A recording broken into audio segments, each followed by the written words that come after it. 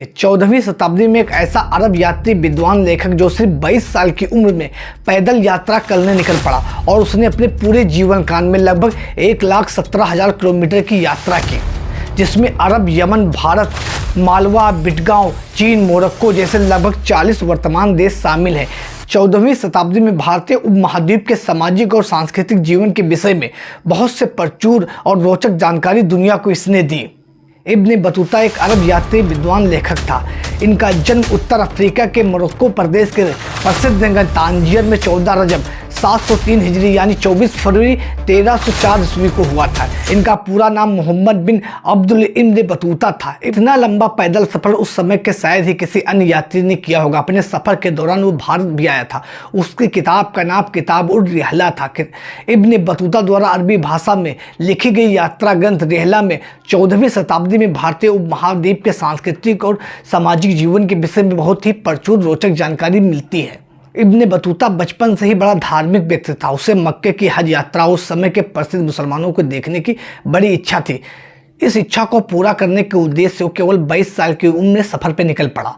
अपने घर से निकलते समय उसने कभी ये सोचा ही नहीं था कि उसे इतने लंबे देशों की यात्रा करने का मौका मिलेगा।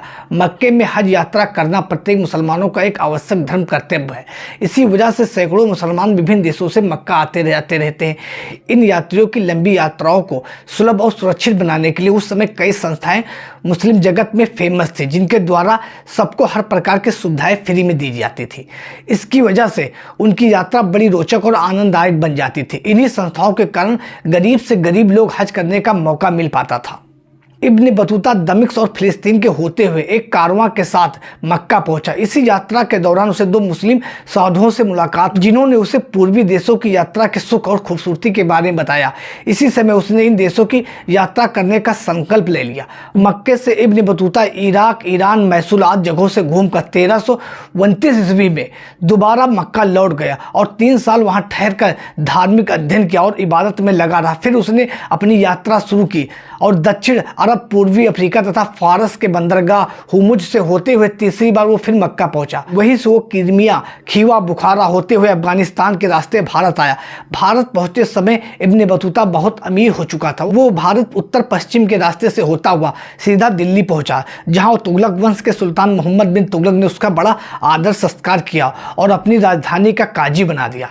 इस पद पर वो पूरे 7 साल रहा। इसी वजह से उसे सुल्तान को बहुत करीब से देखने का मौका मिला। इब्न बतूता ने हर घटना को बड़े ही ध्यान से देखा और सुना। 1342 ईस्वी में मोहम्मद बिन तुगलक ने उसे चीन के बादशाह के पास अपना राजदूत बनाकर भेजा, परंतु दिल्ली से जाने के थोड़े दिन बाद ही उसकी परेशानियां बढ़ गईं और बड़ी कठिनाइयों से अपनी जान बचाकर किसी तरह कालीकट पहुंचा। ऐसी परिस्थिति में समुद्र के रास्ते चीन जाना व्यर्थ समझकर वो पैदल ही सफर करने निकल पड़ा और श्रीलंका, बंगाल घूमते हुए चीन जा पहुंचा। लेकिन शायद वो मंगोल खान के दरबार तक नहीं पहुंच सका, क्योंकि इसके कोई साक्ष्य इतिहास में नहीं मौजूद है। इसके बाद उसने पश्चिम एशिया, उत्तर अफ्रीका तथा स्पेन में मुस्लिम जगहों को घूमता हुआ अंत में टिकट होते हुए 1354 ईस्वी के शुरुआत में मोरक्को की राजधानी फैज वो वापस लौट गया। फैज लौटकर अपने सफर के बारे में उसने सुल्तान से बताया। सुल्तान इतना प्रभावित हुआ कि उसने अपने सचिव मोहम्मद बिन जुजैजा से उसको लेखबद्ध करने के लिए कहा। इब्न बतूता का बाकी जीवन अपने देश में ही बीता और साल 1377 ईस्वी में एक महान अरब यात्री विद्वान लेखक की मृत्यु हो गई। इब्न बतूता के सफ़रनामे को तोफ़र अल नज्जार फ़ी गरायब अल अमसार व अजायब अल अब्सार का नाम दिया गया। इसकी एक कॉपी पेरिस के राष्ट्रीय लाइब्रेरी में आज भी सुरक्षित रखी हुई है।